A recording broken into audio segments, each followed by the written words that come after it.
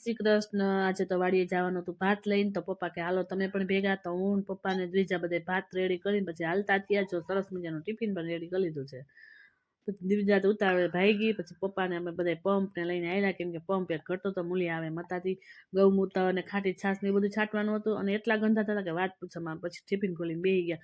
અને આ બેન જોઈ લ્યો, મૂછું કરીને બેસે કે મમ્મી મારે કાકડા જો મૂછું ને કેવા છે, કેમ કે મસ્ત છે, જોઈ લે. જોયું?